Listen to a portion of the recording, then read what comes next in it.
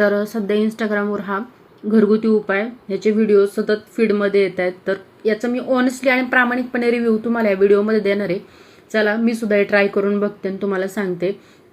आणि तुम्ही जर याआधी व्हिडिओ पाहिला असेल तर तुम्हाला माहिती याच्यासाठी काय काय लागतं. ज्यांना माहिती नाही त्यांनी पहा की घरगुती उपाय करण्यासाठी आपल्याला काय काय लागणार आहे ते.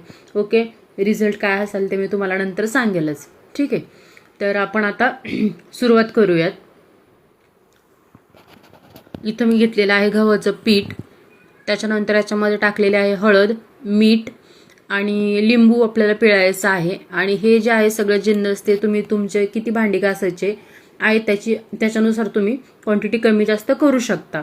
याच्यामध्ये आपल्याला थोडं पाणी टाकून आपल्याला हे मिश्रण बनवायचं आहे. जास्त घट्ट नाही, जास्त पातळ नाही. आणि मी घासून पाहिले पिंप, इथं तुम्ही बघू शकताय. रिझल्ट तर खूप छान होता, पण याच्यामध्ये ना थोडंसं पेशन्स लागतात, म्हणजे बऱ्यापैकी पेशन्स लागतात. जास्त खराब झालं असेल तर जास्त वेळ लागतो आणि जर कमी असेल तर ते पटकन होऊन जातं.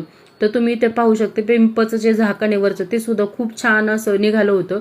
दिव्या वगैरे मस्त निघालं होतं. फक्त पेशन्सली आपल्याला हे काम करावं लागतं.